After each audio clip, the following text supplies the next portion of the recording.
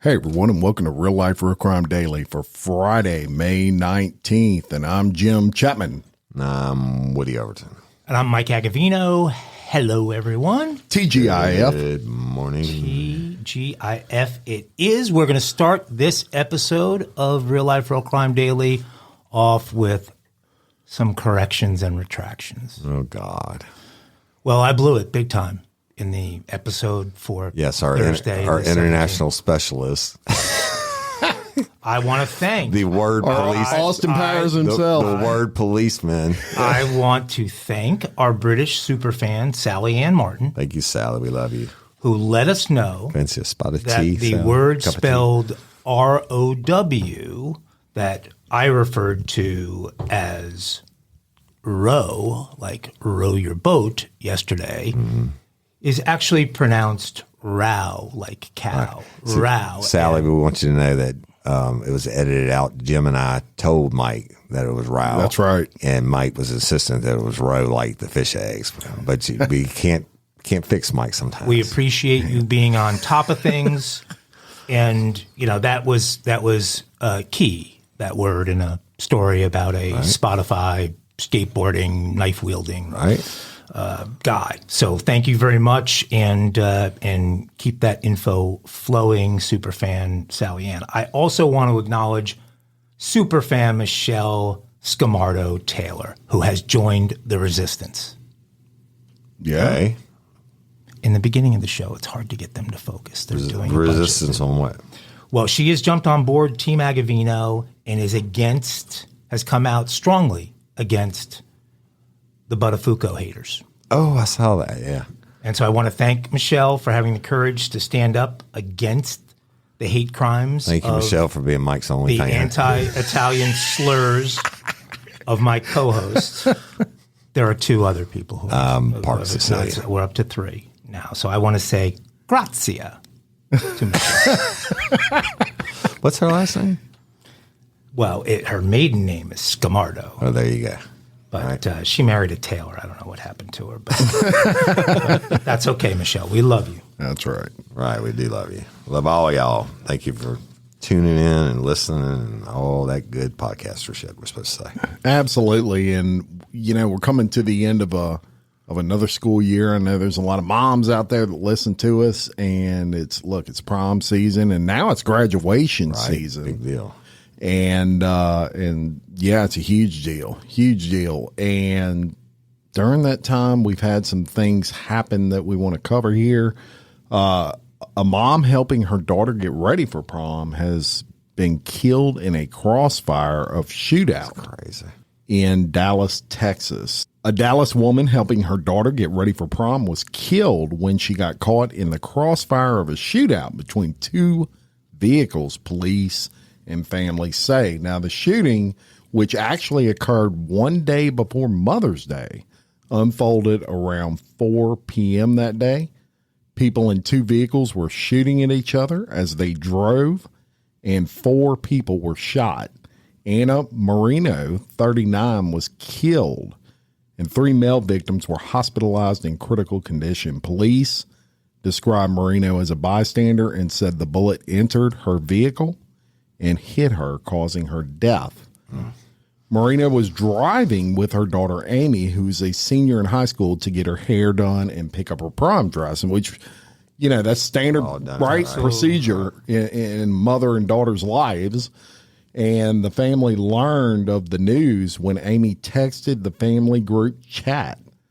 Michelle Rodriguez, the youngest of the Marino's children, said all she heard was gunshots, and she said, "My mom made a signal like she couldn't breathe." And then she leaned on Amy's shoulder, and that's when they crashed. And that's when Amy said she called for an ambulance. She said her mother was looking forward to celebrating the milestone with her daughter. She was like, "Oh, we finally get to see her get ready." And she didn't even get to see that happen. Members of the family who were at Marino's home waiting to celebrate Amy's prom instead had to rush to the shooting scene. Family members said it hurts. It really hurts because we all had a great bond, and it hurts that we lost her so early. They took her from us. It's not fair. She had so much potential. She was so outgoing. She was so hardworking. She had everything.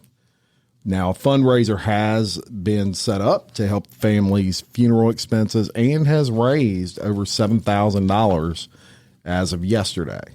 No suspects are in custody, and the shooting is under investigation. Right. Sad, right? And that story is horrible to start with, but what's even more frustrating about that is no one's in custody. You have a big shootout, and they're still looking for the people even involved. Yeah. In this world of cell phones and traffic cameras and all that, you would think it wouldn't be that difficult, but maybe they're trying to get the ducks in a row and come correct on them. All right, so y'all, tell you about another case that we've covered here on Real Life Real Crime Daily, and since the beginning, another horrible tragedy. It's about Madison Brooks again, y'all.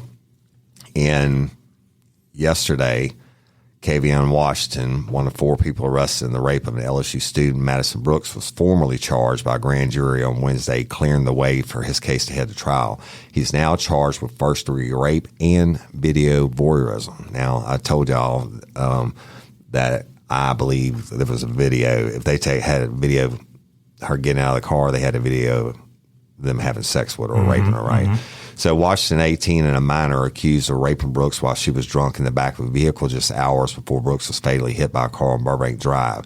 Earlier this month, the driver of the vehicle where the rape allegedly happened was also charged. The minor who was in the back seat with Washington Brooks was charged as an adult back in March. We told you about that.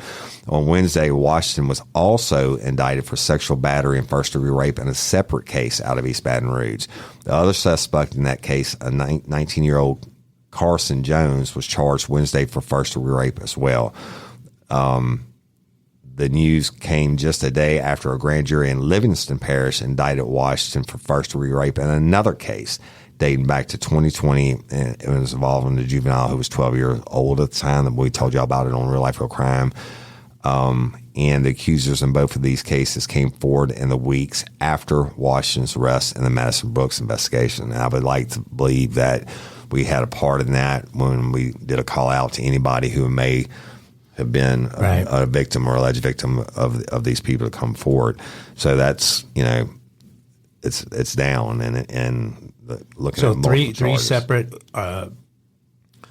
one or both of the other ones Livingston Parish, or only one case is for Kavion Washington out of Livingston Parish. He's got Madison Brooks rape out of Baton Rouge, and another case out of Baton Rouge he's got since Madison Brooks' case came out. And so it's going to be...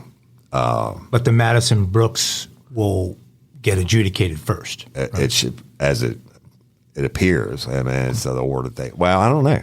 I can't say if but the other cases being older, I don't know.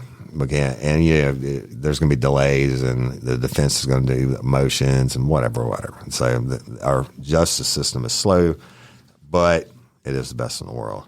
Let's move to the bizarre story of Natalia Grace. And this is a story that you are going to see. I think it's Ion TV. It's not on the cock? Maybe it is not on the cock. Maybe I'll figure it out by the end of telling you the story. But it's going to be a 3-part series they're doing at the end of the month. This is a really wild But they're not doing story. it on the cock. They're not doing it on the cock. So Natalie Grace was an orphan from Ukraine who was adopted by a couple in Indiana. And this story has made headlines, around the world. Michael and Christine Barnett said that when they first adopted Natalia Grace in 2010, they believed they were adopting a 6-year-old girl. Soon after, they claimed they became suspicious of her age, leading to a bombshell claim. Spondyloepiphyseal, easy for me to say, was merely posing as a child. She was really an adult woman with sinister intentions. The Barnetts alleged that Natalia tried to harm them and their biological children. They accused the orphan of trying to poison Christine's coffee and kill her by dragging her towards an electric fence. They They accused her also of placing clear thumbtacks on the stairs face up so that they would step on them as they went up. Okay. I don't know that would kill anybody, but quote, I promise you within 5 years, someone is dead, unquote. Michael Barnett says in the cold open of the first episode of the new 3-part docuseries. The docuseries is going to be called The Curious Case of Natalia Grace, and it is airing on the ID network, starting on May 29th. She threatened to stab my sons, drag their bodies outside, and bury them underneath the deck, he said. He also told Good Morning America in an interview that doctors that were treating Natalia told him and his wife that, quote, this person is a sociopath, this person is a con artist, you are all in danger. Do you think the doctor should have said she has hair on her nether regions, she's not 6 years old? I mean, come on, man, what the fuck?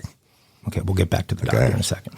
In 2012, 2 years after Natalia was adopted by the Barnetts, the couple petitioned Marion County Probate Court to have her age legally changed to 22, changing her birth year from 2003 to 1989. Got that? So they made her 14 years older. I don't understand. Well, you're about to. The following year, the couple moved with their 3 sons to Canada without her. They left Natalia alone in an apartment in Lafayette, Indiana. The Barnetts, who later divorced, were charged with neglect of a dependent.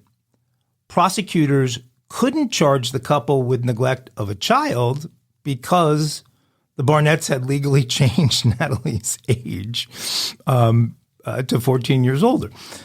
Natalia. Natalia testified during Michael's trial saying that she didn't want to live in Lafayette. I wanted to be with the Barnetts, she said. I wanted to live with them. Michael was found not guilty of 3 counts of neglect and conspiracy to commit neglect of a dependent. And in March, charges against Christina were also dropped. The Barnetts claimed Natalia tried to harm them and their biological children, this story, the rest of it, is going to play out on this special. I don't understand how you get a 6-year-old that's however old and you don't know, and you don't be like, return the sender. I mean, you didn't go over to Ukraine or wherever and see her. Well, she had spondyloepiphyseal. She doesn't look like she's 6 years old. They said they adopted a 6-year-old. Yeah, no, she doesn't look like she's 26. Well, they knew she had this form of dwarfism, but they didn't know. These people are the stupidest people in the world. I'm sorry. Watch the series. Series.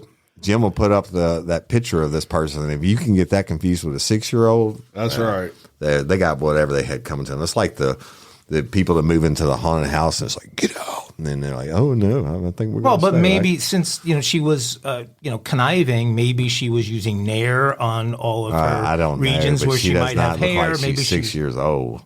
An Illinois girl that vanished 6 years ago with her mother has been found in North Carolina safe. For 6 years, loved ones with the public's help searched for Kayla Umbehan after she allegedly was abducted by her non-custodial mother in Illinois. Now 15 years old, she's been found safe over 600 miles away in North Carolina, and she's now reunited with her father in Illinois. Now, Kayla was 9 years old when she was abducted by her non-custodial mother, Heather Umbehan, from Chicago. Kayla's father, Ryan Azurka, had won full custody of her in early 2017, and Umbehan was allowed supervised visits. But when Azurka went to pick up his daughter, he learned the pair never returned from a camping trip. A warrant for kidnapping was issued for Umbehan on July 28th of 2017. Then, Saturday evening, Kayla was spotted at a shop in Asheville by someone who recognized her, believe it or not, from an episode of Netflix Unsolved Mysteries. Cool. Cool. So that particular series was on abductions. That person notified a store employee who then called police. Unbeheim was arrested Saturday and held on a $250,000 bond and awaited extradition. She bonded out Tuesday morning and was released. Meanwhile, Azurka, he's obviously overjoyed that his daughter is home safe. He probably felt like he was never going to find her. For sure. He issued a statement saying he wanted to thank all the followers on the Bring Kayla Home Facebook page who helped keep her story alive and were instrumental in spreading awareness. He asked for privacy as we get to know each other once again and navigate this new beginning. And wow, man, I could not imagine his feeling right now. Never give up hope. That's awesome. It's we talk about so many of these stories that have the same tragic ending, but sometimes. And for all the ills that social media produces in the world, it does some good, I'll say. It really does. And shout out to the person that, how many times in life do people pass by people and say, wow, that looks a lot like that missing person. But how many people would actually act on that thought? You're absolutely right. So shout out to that person who alerted authorities. Absolutely. Yeah. And the next one actually is more social media. I guess Snapchat's a form of social media, right? Holy smokes, wait till you hear this. A California man is facing charges in Baton Rouge after he allegedly engaged in indecent behavior with children over social media. East Baton Rouge Sheriff's Office detectives arrested Timothy Asmus, 57, of California on Tuesday, May the 16th, and charged him with indecent behavior with juveniles that reportedly stemmed from an incident back in February that involved a 12-year-old boy who lived in Baton Rouge. The victim told deputies a naked man, later identified as Asmus, joined a Snapchat group that he was in with his friends, and the man almost immediately started masturbating.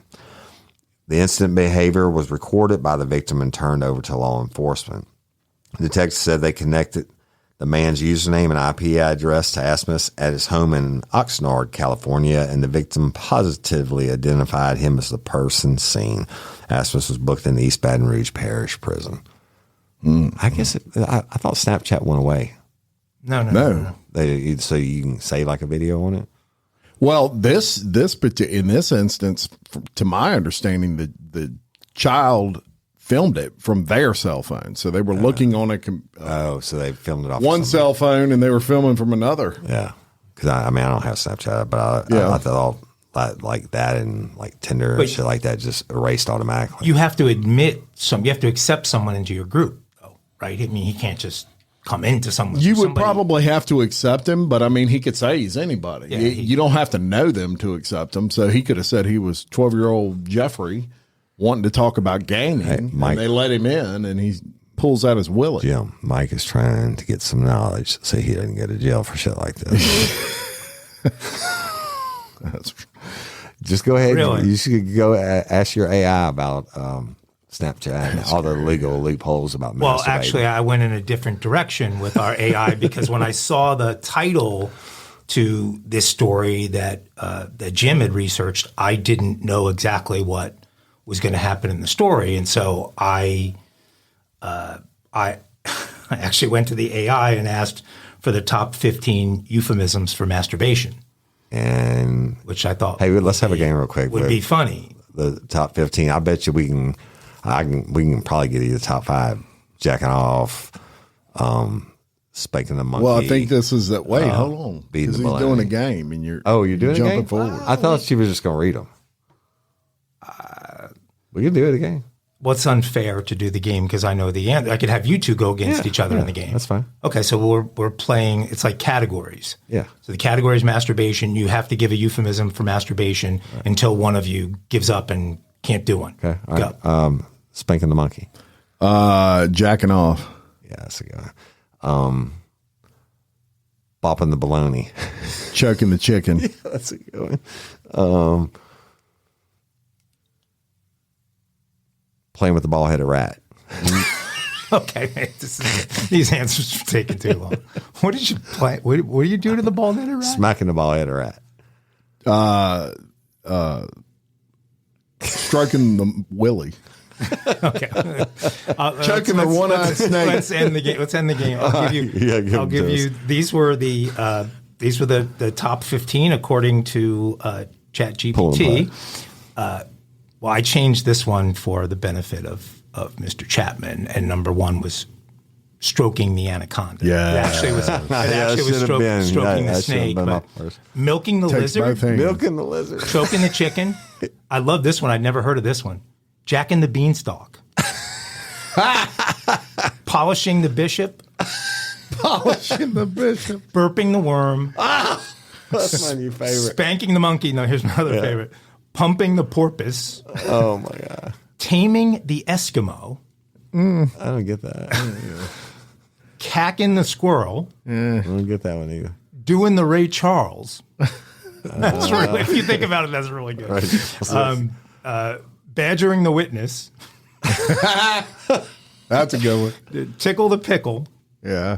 Whacking the kraken. And rubbing the rhino.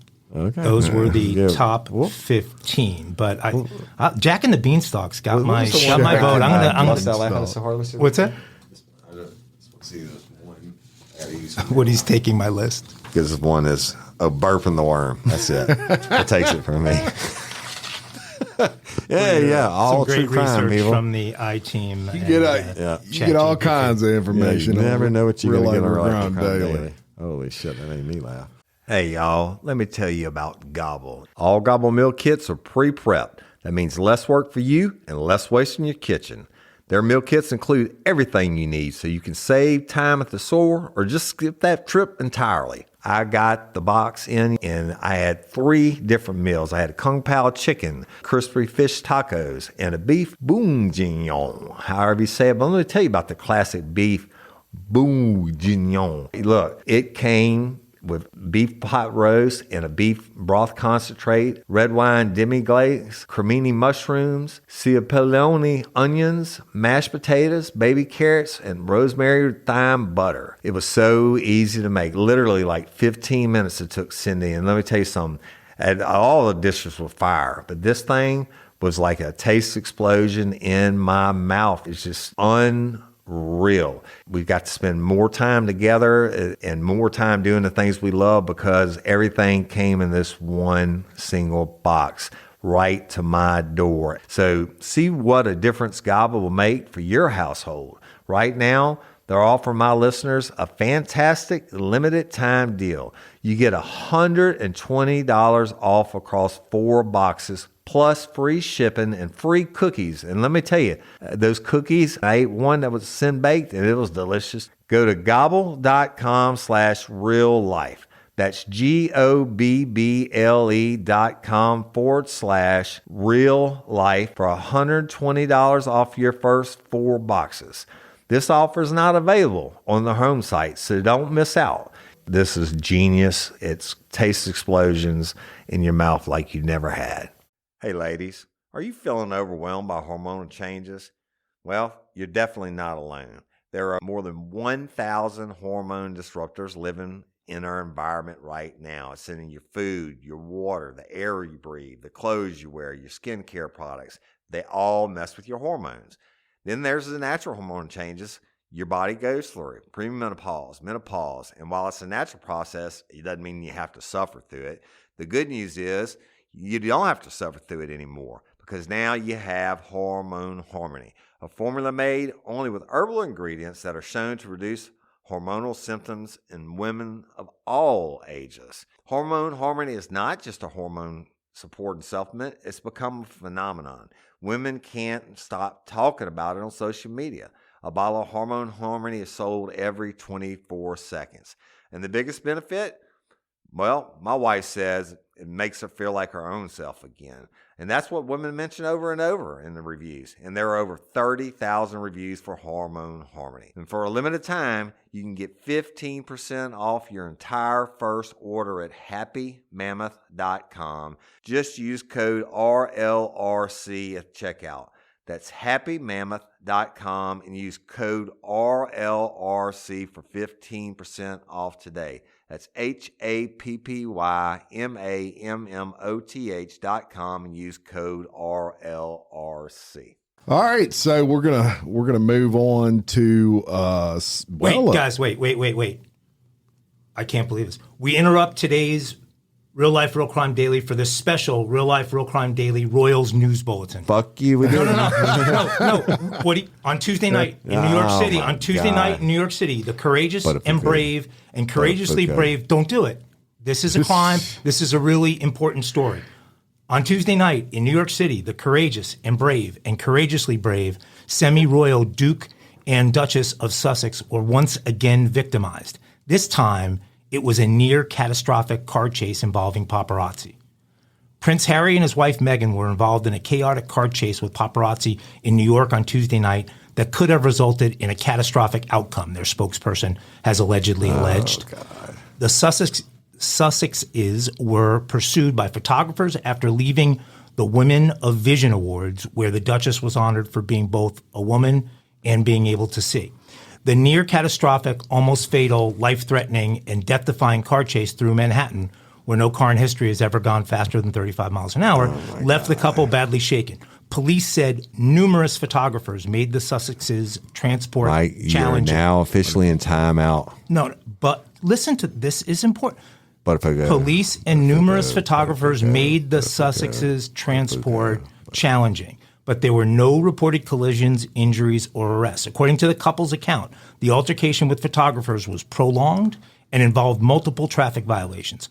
Quote, last night, the Duke and Duchess of Sussex were involved in a near-catastrophic car chase at the hands of a ring of highly aggressive paparazzi, the couple spokesperson said. The couple spokesperson, they're trying to remain relevant in news, and nobody gives a fuck about this them. Relentless pursuit lasting over 2 hours. Did anybody I don't know get how arrested? you drive around Manhattan for more than 2 hours. Because it's fake fucking news. Resulted in multiple near collisions involving other drivers on the road, pedestrians, and 2 New York police officers. So dangerous and death-defying was this chase that the couple had to perform a mid-ride car switch to try and evade their pursuers. The couple was seen leaving the awards ceremony in a black car, but later they were spotted in a yellow taxi. The driver of the taxi, Sonny Singh, told WNBC TV in New York that the drivers followed them and were not that aggressive while they were driving behind us.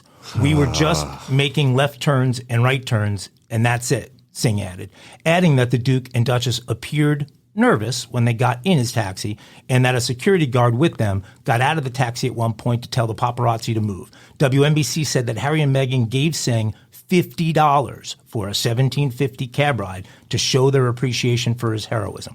Once they had eluded the precarious danger, the noble duo went to the New York Police Department to demand hangings and were told that they would have to settle for filing charges. NYPD officers commented on the harrowing experience. Quote, the NYPD assisted the private security team protecting the Duke and Duchess of Sussex on Tuesday evening, and, quote, there were numerous photographers that made their transport challenging. That's according to Julian Phillips of the NYPD. The couple's spokesperson said that while being a public figure comes with a level of interest from the public, it should never come at the cost of anyone's safety, and urged the media not to publish photographs from the incident.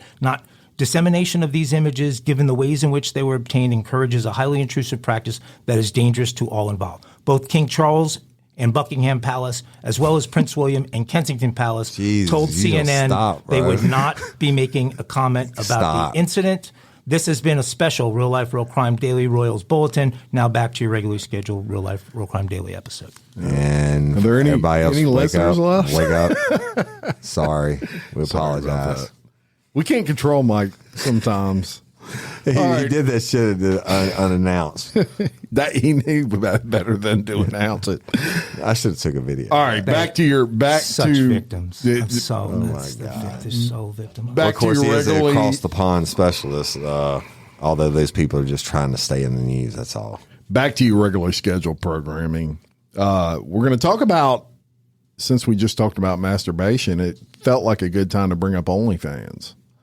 Yeah. So an OnlyFans model has been accused of murdering her boyfriend. The OnlyFans model accused of murdering her boyfriend in their Miami apartment is actually being sued now by his family to cover his medical and funeral expenses. Courtney Clenny, 26, is being sued for negligence by Christian Ubuncelli's family a year after she allegedly stabbed him to death. Clenny was arrested for second-degree murder 4 months after his death and claimed self-defense in the stabbing. Photos of the crime scene show a puddle of blood near the entryway of the couple's apartment, the bloody knife supposedly used in the attack, and Clenny drenched in his blood. The lawsuit lists Clenny as a defendant along with a few other undisclosed individuals. 911 audio tapes released following the stabbing reveal Clenny told her former lover, "Baby, I'm so sorry," after allegedly plunging a knife into his shoulder. She didn't tell the operator that she stabbed him, but sobbed to him about how sorry she was. In the background, you can hear the victim crying out, "I can't feel my arm." Graphic case photos have been released and revealed that she stabbed her much larger boyfriend inches above the tattoo of her name in cursive on the left side of his chest. At the time, his family said it showed that she had intended to kill him and regretted it once the knife had been plunged into him. It shows her state of mind. She's saying she's sorry because she's realizing what she's done. She's not saying I was defending myself. Ubuncelli was rushed to the hospital where he died from his injuries. She was initially arrested but later released. It was not until several months later she was arrested again in Hawaii, and she's been in custody since. The victim's family is convinced that Courtney was always the aggressor in the romance and that she became a different person when she drank. Don't we all? Right. They were also left irate over investigators' failure to charge Clenny immediately over his death, saying it was because of her privilege and wealth. On one occasion last year, Ubuncelli wrote of how he was stabbed twice by an incensed Clenny in the leg. He described text on how he was subsequently left so badly injured he could barely walk. In another flare-up a day later, a still injured Ubuncelli described yet another attack in which he was hit in the head by his girlfriend and left with a concussion. Wait, and I was about to say, at what And point did he leave, man? I know this guy. Look, she must. I don't get it. Then in late January, he suffered 2 cuts in the cheek and chin after an alleged tiff, with his wounds documented in photos since obtained by police. Those injuries were reportedly severe enough that since the slain Ubuncelli would have to admit himself to a local hospital to seek stitches. And he still stayed with her after that. That's the cycle of domestic violence. Here's another example. Then 2 months before his death, security footage taken from the apartment building elevator shows Clenny viciously attacking her boyfriend, and he appears to not even be fighting back. Clenny and Ubuncelli lived in a very nice high-rise apartment. They were well known by staff and residents who reported multiple domestic disturbance complaints about the couple and even had to evict them. Yeah, it's crazy. Wow. You don't. That's want being anybody married to be a victim, crazy woman. But I'm telling you, I used to go on calls like this all the time and rust the same assholes over again, men and women. But I tell them, if you don't get out of this relationship, one day I'm going to come to answer this call and it's going to be your murder. And that's what happened in this. Well, and it's amazing because it's a power thing. Right. It sounds like she had a lot of money, lived in a great place, and he that's what he wanted, and he took the abuse and took more abuse and took more abuse to continue to have that lifestyle until she took his life away. Happened. Freaking crazy. She'd have stabbed me the first time she stabbed me in the leg. I'd have shot her in the head, and it had all been over with. That is what they call a fatal attraction. Yeah, for real. And I don't get it, y'all. I can't say it's on a more serious note, but this story, we've been covering it since the beginning, and it's very important, right? It's about Bryan Kohberger, who is indicted in the Idaho student murders case. And He will enter a plea on Monday. Bryan Kohberger, 28, was arrested in late 2022 and charged with the murders of Kaylee Goncalves, Madison Mogan, Xana Carnoodle, and Ethan Chapman. The suspect in the University of Idaho murder case has been indicted by a grand jury in the murders of the 4 college students. Bryan Kohberger will appear in court Monday morning, where he is expected to enter a plea. The indictment will allow prosecutors to bypass the previously scheduled preliminary exam, thus eliminating the potential cross-examination of the 2 surviving roommates of the victims. Kohberger, 28, was taken into custody in Pennsylvania on December the 30th of last year and charged with 4 counts of murder and 1 count of felony burglary in connection with the stabbing and deaths of the 4 students.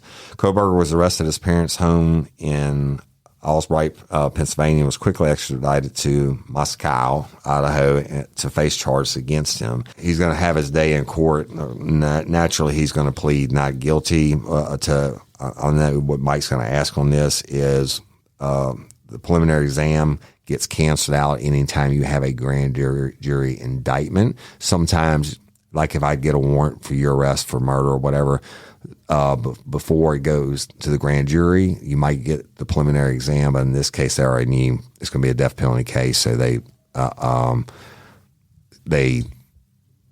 take it to the grand jury. The grand jury indicts that. Therefore, it eliminates any reason to have a probable cause or a preliminary examination. Okay, so what I got confused about was where it said it avoids the cross-examination of the other 2 roommates who did not die, and the one in particular who said that he walked by her. But I can assure you they testified for the grand jury.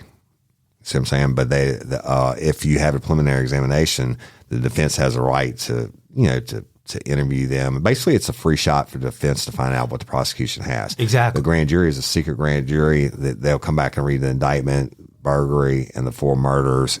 You're done, son. See you at trial. So they're able to bypass all of that. So at what point do they have to disclose to the right now, defense? As soon as he gets done entering his plea, they got to, under Brady, the prosecution has to turn over everything. They will know the testimony from those people in the grand jury. They won't know it verbatim, right? Because it's a secret grand jury, it's not recorded, et cetera. But they will have the base facts that these witnesses saying that you were there on such and such. Right. And what they said they saw has been in the press for months and months anyway. And I'm sure their testimony you remember is consistent with the one girl's getting victim shamed, or not victim. That people were riding her ass saying, "Oh, well, you should have done this. You should have done that." You don't know how you're going to act in a situation like that. They should never blame these. Well, and these she didn't witnesses. have any knowledge of what had gone on. Right. So she didn't know anyone was murdered at that point. Yeah, but the armchair quarterback saying, "Oh, well, you didn't report it till 11 o'clock the next day," and all this and whatever. But look, and it's important to note that a arrest. People may be saying, "Well, I mean, this is kind of old news." No, an arrest and an indictment are different. Totally different. An indictment means a grand jury actually saw the evidence and said there's enough evidence there to take you to trial. Right. So, the arrest being probable cause is only 50% plus 1. The indictment, they believe there's beyond a reasonable doubt that Kohberger is going to be found guilty of these murders. So the next stage is the trial. Yeah, y'all stay tuned on that. And I know it's an important story. All these 4 beautiful young kids cut down in the prime of their lives. Yep. Time to pay the piper, Kohberger. Yeah. Let's move to a financial crime. A former CFO from a Seattle startup is accused of diverting $35 million and losing it after investing it in crypto. Uh-oh. The former CFO of this startup took $35 million of his employer's money without permission and lost it by investing in cryptocurrency before the crypto market crashed last year. This is according to a federal indictment returned by a grand jury on Wednesday. Nevin Shetty, age 39, was hired in March of 2021 as the CFO, Chief Financial Officer, of a company called Fabric. Fabric makes software platforms for retail commerce. About a year after The company informed him that they were letting him go over job performance concerns. He secretly took the money and transferred it to Hightower Treasury, a crypto platform he controlled as a side business. His idea was to pay the company 6% interest while retaining profits above that mark, but soon the $35 million investment was practically worthless, the U.S. Attorney's Office in Seattle said. The indictment in the U.S. District Court charged Shetty with 4 counts of wire fraud. He is scheduled to be arraigned on May 25th. Shetty's attorney, Cooper Offenbecker, said in an email statement that he and his client had been in regular contact with prosecutors and disagreed with the decision to bring an indictment. Quote, as the CFO of his former employer, tasked with making investment decisions for its benefit, Mr. Shetty was personally devastated by these losses, which occurred as a result of a catastrophic crash in the cryptocurrency market in May of 2022. We look forward to responding to these allegations in court. Prosecutors, however, said that as the company raised hundreds of millions of dollars in startup funding, it adopted a more conservative approach to managing that capital, a policy that Shetty had helped draft. In an email statement, the company said that it had been cooperating with law enforcement and appreciated the work of the FBI and federal prosecutors. With the amount taken, while the amount taken is substantial, Fabric remains a very well-funded concern with years of runway ahead, meaning they're going to be able to continue to operate. This doesn't. I mean, you, as a CFO, you have a certain amount of independence in a company. You don't have the authority to just go on your own without talking to a CEO or some kind of committee or your board and just divert $35 million into some other kind of. They'll be changing their policy and procedure now. This guy's going to be in some trouble. Well, our next story is definitely going to fall in. We need a WTF segment, and this would qualify for the inaugural story. A woman is defecated and smeared feces inside a hospital chapel. Now, bond was set at $2,500 for the woman who is accused of defecating inside that chapel at a hospital. Laura Menard was arrested on a felony charge of desecration. On May 13th, Menard went into the chapel at the Good Samaritan Hospital and defecated on the altar. She then used the fabric runner on the altar to wipe herself. Menard smeared her feces on the altar table using a picture she found in the chapel. Oh, can you say express ticket? What an idiot. Express ticket to hell? Yeah. I mean, I don't even, it just makes you wonder what the hell is wrong with people. Crazy. When we recorded yesterday's episode and Woody had the ridiculous fetal fetish kinky crime, right. I don't know why, but I went down a rabbit hole on fetal fetish stuff. You went down an anus hole. Fecal fetish stuff last night. And oh my God. I mean, there are, I don't know that they're formal, but there are leagues of people who store this stuff and then throw it at each other like it's a sporting event. They throw it at each other. They roll around in it. They have sex in it. Some of them eat it. What the F is going on? I don't know. I can tell you where it came from, though. Staying in the diapers too long and shit like that.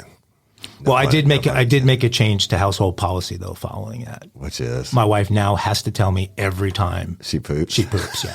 She's gonna kill Which I think is good standard policy in any household. You should know. She's gonna kill you. My wife doesn't poop. No, well that's the problem. 25 years of marriage.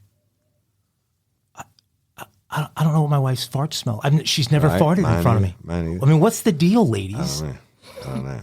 Never. So, I think that story started off with a good idea. I want to make sure she is because I don't know when she's sneaking it in. She might be like Murdahl and eating, not your wife, my wife maybe, my wife, eating all the pain pills and it stops them up and we don't know about it. It's crazy, isn't it? I mean, it made me think about what's going on in my house. I think my wife is just a lady. Maybe there's a secret bathroom. Maybe there's a secret woman. bathroom. We have all the wings to the house. I mean, maybe there's Maybe there's a secret wing where she goes and poops that I don't even know exists. Your butler, what was his name? Alfred? This Batman's butler that you hired? Yeah. Maybe Alfred's wiping. You're so rich that you stole Batman's butler away from him. Spark something uncommon this holiday with just the right gift from Uncommon Goods. The busy holiday season is here, and Uncommon Goods makes it less stressful with incredible hand-picked gifts for everyone on your list, all in one spot. Gifts to spark joy, wonder, delight, and that's exactly what I wanted feeling. Hey, y'all, I ordered a super cool piece. It's a candle with a sculpture of LSU's Tiger Stadium on top of it. And each officially licensed laser cut wooden replica features up to 4 layers of detail, creating a bird's eye view of a specific football field, seating section, and more. And every label includes your stadium's name, the team's logo, and school location. And it has a coconut, soy, vegan wax infused with sandalwood smell that creates tailgates and touchdown scent profile, reminiscent of game day. It's invigorating like fresh cut grass and nostalgic like smoke from a pre-game grill, and calming like the crisp autumn air of a new semester on campus. Y'all, I love it. I have it at the base of my TV, and I'm ready to watch the Tigers play on Saturday night, right? Uncommon Goods. Look, when you shop at Uncommon Goods, you're supporting artists and small independent businesses. And many of their handcrafted products are made in small batches. So shop now before they sell out this holiday season. Uncommon Goods looks for products that are high quality, unique, and often handmade or made in the U.S. They have the most meaningful, out of the ordinary gifts anywhere. They even have gifts you can personalize.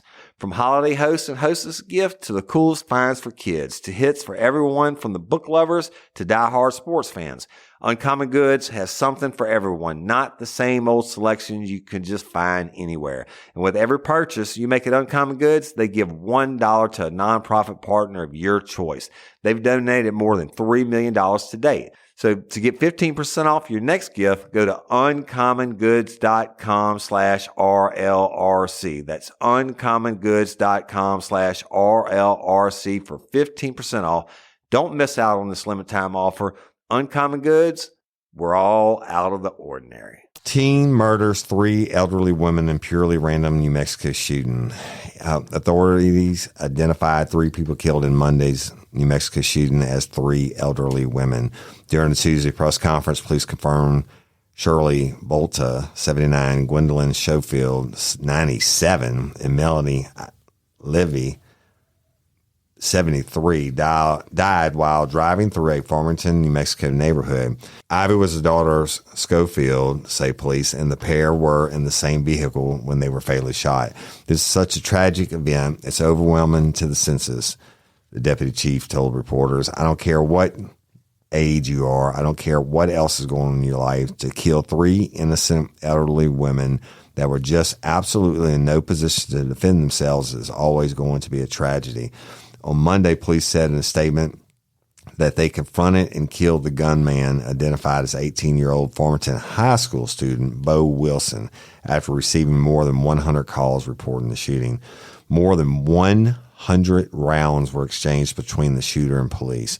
2 responding officers suffered from gunshot wounds and are recovering. Police Chief Steve Heeb said the gunman fired from at least 3 different legally obtained weapons, including an AR-style rifle. In a video statement, he said the shooting appeared to be purely random, and the police say there is no known link between the shooters and the victims. Wow. Ivy was a beloved preschool teacher. Speaking with the outlet, State Rep Mark Duncan confirmed his wife is Ivy's niece. These are women whose whole entire life was devoted to their family, to their church, and to the community. 4 others were also injured in the shooting. Dude, I never worked a case on 3 elderly women. Yeah, I worked one on one 89-year-old that was bad and monsters, but you make it to year 97 and that's the way you go. That's crazy. They stole what? What? They stole what? An Ohio man was arrested after he allegedly stole sex toys from an adult store. Police say they responded to Cirilla's. How about that for the name of a sex toy store? Cirilla's, after a panic alarm was pressed. A store employee said a white male was carrying a large knife on his hip.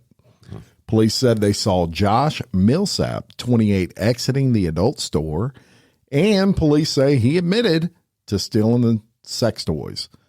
The toys were recovered from Millsap's vehicle, and police eventually checked his jacket and found 7 more toys. What? So you may be curious, what did he have in his jacket? Please, what were the toys? Well, how about a shapeshifter anal vibrator? A shape shifter? Never heard of that. That was $99. What? Yeah. A vibrating ring, $67.99. What? Great for the anaconda. A 3-pack cock ring, Also, $7.99. What? It had to be $7.99. supersized for the anaconda. Had to be wide. Universal pump sleeve. Like a beer can. Universal pump sleeve, $10.99. Pump sleeve. A sound trainer. I don't have no idea what that is. I must be way too old. $42.99 for that A puppy. sound trainer? It's called a urethral sound trainer. I had no idea. Yeah. Wow. So if you know what that is out there, let us know. Inflatable G vibrator. Oh, I know about that. $99 for that thing. Stay Hard donut rings, $6.99. And police say he stole a total of $336.93 worth of the toys. He was cited for misdemeanor theft. After he was cited, he was arrested by the Ohio State Patrol for outstanding warrants. Wow. How about that? They stole what? For Friday. Hey, they're just sort of the urethral. What he's doing research thing here. is actually a deal. I don't really know what it is. How many? What How many are you ordering? Urethral sound. I don't know. 2, 3. I can't tell you. Get them in different colors. But look, they look like nails or something. I don't know what. What? Why does it say sound trainer? I don't know. So let me give you a description real quick. You're curious about sounding, but nervous to try? Allow this 8-piece beaded training set to ease you in gently. Each plug-in and set is 11.81 inches, satisfyingly textured inches of high-quality flexible silicone, and ranges from 0.12 inches wide, the smallest, to 0.39 inches wide, the largest, with tampered ends for easy insertion. You'll be moving up to the sizes in no time. Discover the erotic joys of urethral play. Holy shit, you think they're putting it in the pee hole? It's got to be. Oh, no. That's where the urethra is. I thought I knew it all. Wait, I'm lost. Sounds painful to me. Don't sound like no fun. Like, this dude was a freak. That's the other hole that says exit only on me. Yeah. Yeah. All right, so that is your They Stole What for Friday. Stole what? They stole what? Urethral tubes. I don't get it. Mike, you. Holy shit. All right. Wow. All right. Uh-oh. Give it to us, Barry. My favorite crime of the day. Kinky crime. Kinky crimes for Friday. Yes, I can't wait to hear it. Mm-hmm. There's no urethral toys in this one. No. I'm just looking at this But I'm going to give you store that Woody found online. Yeah, I'm going to give you the kinky crimes. Clear my search history, by the way, when you get done. The kinky crimes for Friday as well. A woman felt guilty over kinky sex with a stranger, so she claimed she had been attacked. A woman who claims she was raped after being racked with guilt following a kinky session has been jailed. Christy Snowden, 21, described herself on a website as a BDSM princess, standing for bondage, domination, and sadomasochism. And barely 5 seconds after she arrived, Mike's laughing, I butchered the word, but Mike uses that every day probably. And barely 5 seconds after she arrived at Andy Bohr's home, she had agreed to strip off, put on a dog collar, and lead and be spanked. Hey, now. Right? But Snowden was trying. Snowden, who was trying for a baby with her boyfriend, regretted the romp as soon as she left and called the police saying she had been raped. She told officers a baldy man in his 40s had raped her as she left a gym. Based on her description, a man was arrested but released when police realized he was innocent. Poor fella. DNA samples led them to Mr. Boer, who was arrested in front of his bosses at work. Mr. Boer, who was going through a divorce, was remanded in custody, but Snowden's story unraveled after police uncovered her exchanges over the internet with him. The investigation had wasted hours of police time. Judge Phillips' statement told her the impact on your victim has been considerable. What occurred in the privacy of his home, however much certain members of the community may find that reprehensible, has been made public. He has been made the subject of ridicule. The court heard Snowden had agreed to go to Mr. Boer's apartment after he saw her ad on the internet. They indulged in various sex acts, and he put her in a dog collar and spanked her. Ooh. Mr. Boer told the court towards the end, she said she did not want to do it anymore. She said her boyfriend would kill her if he found out. Also, they were trying for a baby, and she felt guilty, and she left. The next thing I knew, I was being arrested at work in front of everyone. Sounds like... I had so many of these cases, girls that did it for one reason or another, and they realized they were in trouble with their significant other, so they cried rape. But kinky crime. Well, let me just say that, it sounds to me like she needs to be sentenced to some spankings. You get a cane, you get some urethral tubes. Mike's still looking at She's probably got long nails, too. She probably has some marks on her ass and it couldn't explain it to herself. Okay. Yes. Obviously, I need to. He's still looking. I need to spice things up a bit in my household because I don't know what any of these things are or what they do. A 20-speed vibrating rechargeable penis plug?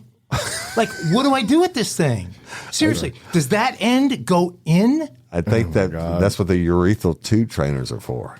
To spread it out so you can put that plug in it. I'm sorry, y'all. This podcast is way off the rails. Yes, like today's episode. What human being? It's got 48 5-star reviews. You can ask. You can ask Harry and Meghan. What the fuck? They use the Royals will know. They semi-Royals. All right. Oh, give me some banjos, please. Banjo time.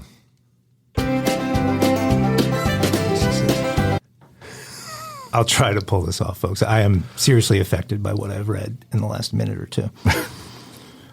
Break-ins, steals things, plan to pay later. This is a dumb criminal. Breaking into a closed gas station, that's bad. Wanting to pay for your items, even though you've broken into a closed gas station, is good. Stealing those items is bad. Leaving your credit card to come back and pay for the stolen items is just plain dumb. Yep. Prisons are full of dummies. A 21-year-old named Lance Kurtz from Florida broke into a closed gas station to the C-store and took some items. But he did leave his debit card on the counter. He wanted to come back and pay later when they were open. So this guy is a moron, but he's a moron with a conscience. He meant well. What would help him stay out of jail would be to know that breaking and entering is also a crime. Right. Even if he walked out with nothing, he'd still be heading for some time in the slammer. So police were alerted by the alarm that went off when he broke in. And when they arrived, they saw Kurtz on their surveillance camera taking things and leaving through the front door. They tracked him down on the side of the road after his car caught on fire. And he's having a bad day. And so Lance Kurtz, genius banjos.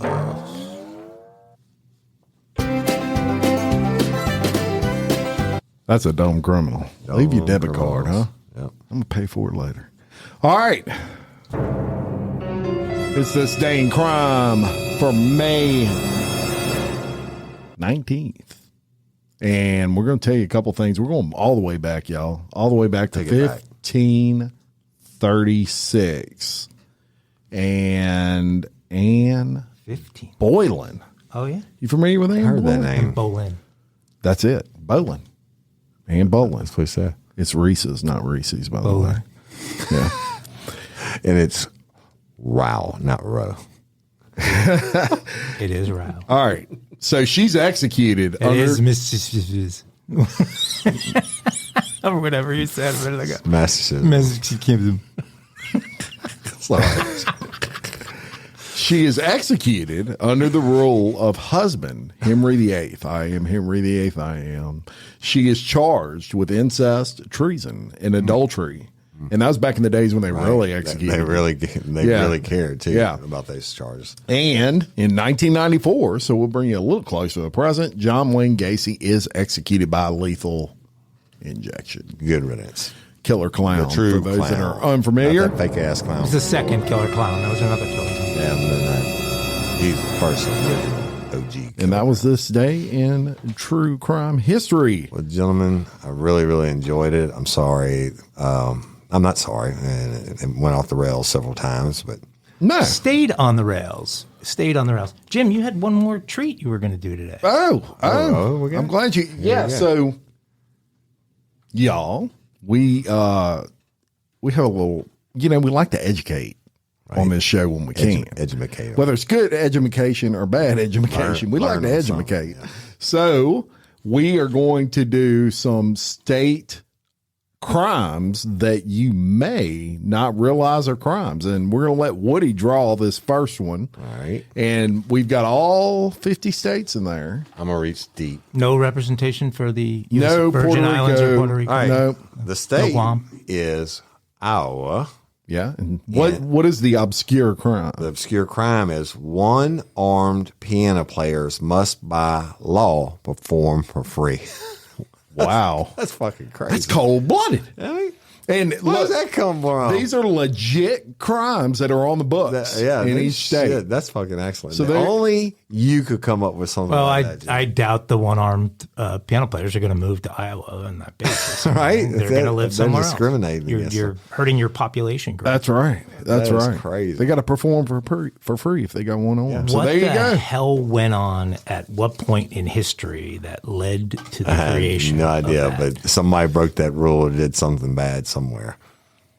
Like Mike's story about the that'll rules. be tonight's rabbit hole. Yeah. At least I won't be searching about shit again. That's it. That's You'd be it. searching about urethral tubes. Well, thank all y'all for listening. And until next time, I'm Jim Chapman, And I'm Woody Overton. And I'm Mike Agovino. your host of Real Life, Real Crime Daily. Peace. Shabusiness.